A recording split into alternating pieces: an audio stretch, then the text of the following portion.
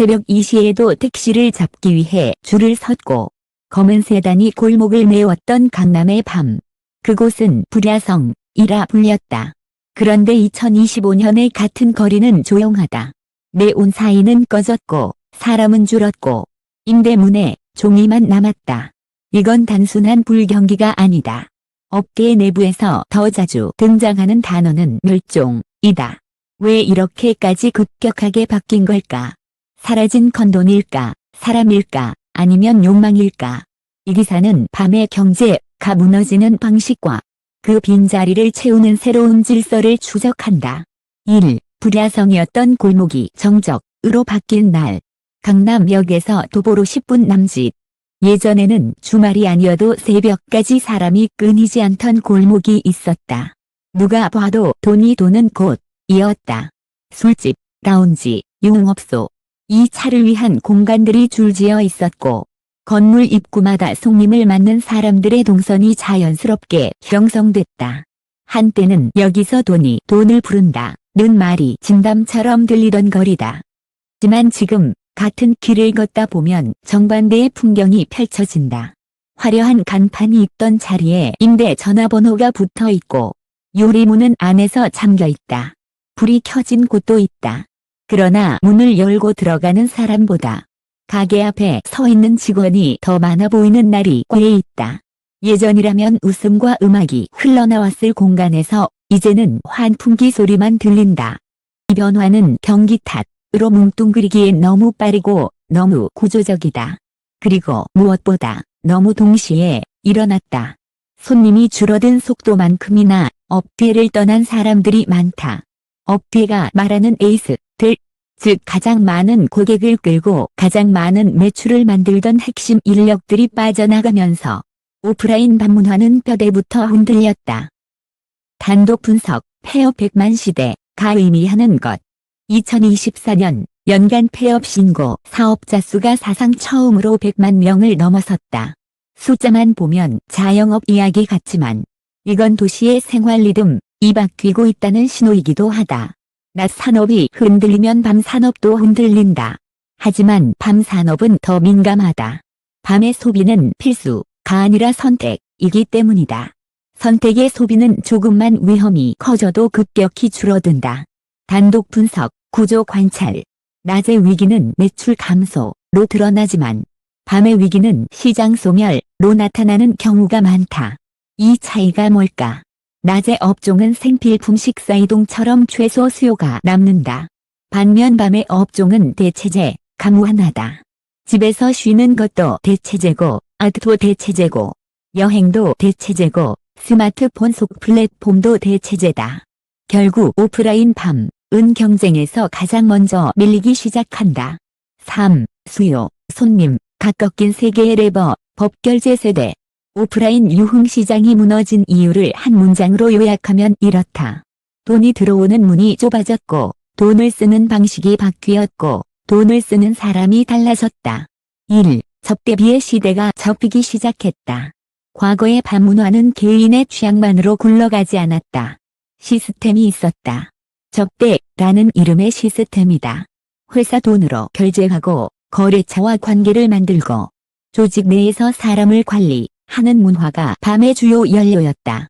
누군가의 개인적 욕망이 아니라 조직의 구조가 밤을 번성하게 했다. 그런데 분위기가 바뀌기 시작했다. 접대는 더 이상 관행이 아니라 리스크가 되기 시작했다. 불투명한 지출이 곧 감사를 부르고 조직의 평판과 커리어를 위협하는 요소가 됐다. 결과적으로 이용은 가능하지만 드러내지는 않는 방향으로 변했다. 드러내지 않는 순간 오프라인은 약해진다. 오프라인은 노출과 동선으로 돌아가기 때문이다. 2. 결제 자체를 막는 시스템의 확산. 심리적 변화만으로는 시장이 멸종까지 가지 않는다. 결정타는 결제였다. 특정 업종 결제가 막히거나 제한되는 구조가 확산되면서 과거의 소비 방식이 통째로 무너졌다. 카드로 결제하던 소비가 막히면 두 가지 중 하나가 된다. 개인 돈으로 전환한다. 아예 안 간다. 여기서 현실은 냉정하다. 개인 돈으로 전환되는 비율은 제한적이다. 왜냐하면 오프라인 유흥은 기본 비용이 크고 그 비용을 정당화할 명분이 줄어들었기 때문이다. 회사 돈일 때는 쉬웠던 지출이 내 돈이 되는 순간 엄격한 선택이 된다. 3. 회식과 마이너스 2차 3차의 규칙이 바뀐 세대 전환. 세대 변화는 단순한 취향 문제가 아니다. 조직이 돈을 쓰는 방식 자체가 바뀌는 변수다. 과거에는 상사가 이끄는 대로 2차, 3차로 이동하는 것이 암묵적 규칙이었다. 거절은 팀워크 부족으로 해석되곤 했다. 하지만 지금은 다르다. 퇴근 후 시간을 개인 시간으로 쓰려는 태도가 강해졌다. 특히 젊은 세대는 같은 돈으로 더 높은 만족도를 주는 경험을 선택한다. 오프라인 유흥은 비용도 크고 눈치도 봐야 하고 리스크도 있다. 선택의 시장에서 불리한 조건을 가진 셈이다. 4. 돈은 사라지지 않는다. 이동한다. 중요한 질문이 있다. 오프라인 시장이 무너졌다면 돈은 어디로 갔을까? 돈은 사라지지 않는다. 이동한다. 밤거리가 비었다는 건 욕망이 사라졌다 는 뜻이 아니라 욕망이 이동했다 는 뜻일 가능성이 더 크다. 40물결 50대 여유, 소비에서 방어 소비로. 전통적으로 밤 시장의 핵심 고객층이었던 40물결 50대는 2020년 이후 자산시장 변동을 크게 겪었다. 자산이 오를 때는 여유가 생기고 내려갈 때는 지갑이 닫힌다. 특히 금리 부담이 커진 이후에는 고정비가 늘어나면서 선택 소비가 급격히 줄어드는 경향이 나타난다. 이 과정에서 오프라인 유흥은 우선순위에서 밀린다. 20물결 30대 유흥보다 경험으로. 젊은 소비는 과시로만 설명되지 않는다. 오히려 경험으로 설명되는 경우가 많다. 같은 비용이라면 더 선명한 기억을 남기는 쪽을 고른다. 식사, 여행, 콘서트, 취미, 운동, 자기개발, 그리고 디지털 구독. 오프라인 유흥은 그 사이에서 경쟁해야 한다. 경쟁 상대가 너무 많아진 것이다. 단독 분석, 술이 줄어드는 사회, 밤이 줄어드는 사회. 최근 몇 년간 성인의 음주 빈도, 술 소비의 분위기 자체가 달라졌다는 신호가 꾸준히 관측된다. 굳이 취하지 않아도 된다 는 문화가 확산되면 술값을 기반으로 돌아가던 업종들은 영향을 받을 수밖에 없다. 그리고 밤의 산업은 술을 중심축으로 설계된 경우가 많다. 축이 흔들리면 구조물이 무너진다. 5. 오늘의 핵심, 에이스 줄퇴사는 일어났나. 수요가 줄어도 공급이 남아있으면 시장은 버틴다. 하지만 공급이 빠지면 시장은 한순간에 비어 보인다. 유흥업계에서의 에이스는 단순히 예쁜 사람을 뜻하지 않는다. 손님을 끌어오는 힘이 있고 관계를 유지하는 능력이 있고 오래 돈을 움직이는 사람이다. 이들이 빠져나가면 어떤 일이 벌어질까? 손님이 느끼는 만족도가 떨어지고 단골이 끊기고 업소는 비용을 감당하지 못한다. 그리고 시장은 불황이 아니라 붕괴 형태로 무너진다. 오프라인의 족쇄, 선불금, 출근, 통제. 과거 오프라인에서 일하는 경로는 대체로 비슷했다. 급전잉이 필요한 상황에서 선불금을 받고 일을 시작한다. 선불금은 계약금이자 족쇄가 된다. 그만두려면 한꺼번에 갚아야 하고 갚기 어렵기 때문에 계속 일하게 된다. 이 구조는 업소와 관리자의 권력을 강화한다. 개인은 실력과 상관없이 시스템에 종속될 수밖에 없다. 온라인의 유혹, 스마트폰 하나로 판이 바뀌었다. 그런데 스마트폰이 판을 바꿨다. 인터넷 방송, 팬 구독 플랫폼, 개인 방송 시스템이 열리면서 오프라인만이 돈 버는 길이 아니게 됐다. 온라인이 매력적인 이유는 분명하다. 술을 억지로 마시지 않아도 된다. 원치 않는 신체 접촉 위험이 낮다. 신분 노출을 조절할 수 있다. 시간과 일정의 통제권이 커진다. 이 업소를 거치지 않고 더 직접적으로 들어온다. 이 변화는 단순한 이직이 아니다. 권력의 이동이다. 오프라인에서 선택을 기다리는 사람이 온라인에서는 기준을 정하는 사람이 된다. 6. 하지만 온라인은 전국이 아니었다. 새로운 착취의 등장.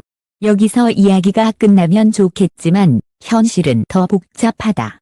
오프라인의 어두움이 사라졌느냐? 그렇지 않다. 어두움은 형태만 바꿔 이동한다. 엔터 매니지먼트, 도와준다. 는 이름의 계약. 온라인에는 매니지먼트가 붙는다. 장비를 제공하고, 스튜디오를 제공하고, 홍보를 돕고, 콘텐츠를 관리해준다는 명목이다. 문제는 수익 배분 구조가 과도해지거나 계약이 불리하게 설계되는 순간이다. 특히 어린 나이에 업계에 들어오면 계약서 내용을 충분히 이해하지 못한 채 묶이는 일이 생긴다. 위약금, 선불금의 디지털 버전. 계약 기간 중에 그만두면 수천만 원의 위약금을 물어야 한다는 조항은 오프라인 선불금이 했던 역할과 닮아있다. 그만두고 싶어도 못 그만두게 만드는 구조. 단 달라졌을 뿐 종속의 메커니즘은 반복된다.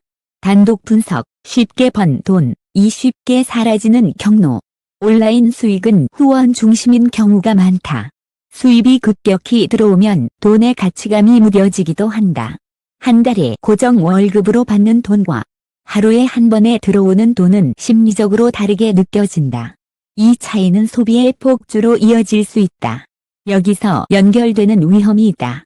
불법 도박 사이트, 과시 경쟁, 명품 차량 주거, 를 동반한 소비.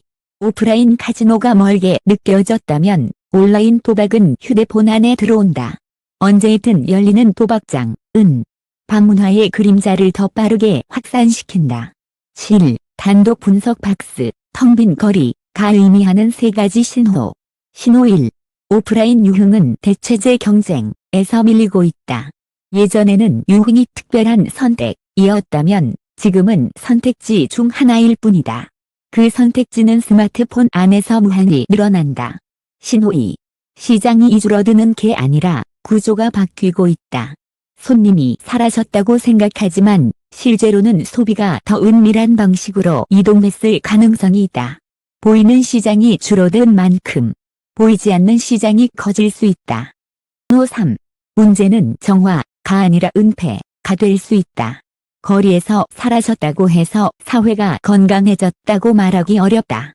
형태만 바뀐 중독과 착취가 더 감시하기 어려운 곳으로 숨어들 수 있다. 8. 결론, 밤이 깨끗해졌다는 착시. 강남 뒷골목이 조용해진 건 분명한 사실이다. 하지만 그 조용함이 해결을 의미하진 않는다. 정리하면 이렇다. 법과 결제 시스템의 변화가 회사 돈의 밤을 줄였고, 회식 문화의 변화가 조직의 밤을 약하게 만들었고, 음주 문화와 소비 패턴의 변화가 수익 기반의 밤을 흔들었고, 무엇보다 온라인 플랫폼이 등장하면서 에이스들이 이동했다. 그 결과 오프라인은 붕괴 신호를 보낸다. 하지만 욕망은 사라지지 않는다. 욕망은 더 은밀하고 더 개인화된 방식으로 이동한다. 그리고 그 공간에서 새로운 착취와 새로운 중독이 등장할 수 있다. 9. 엔딩, 질문을 남기다.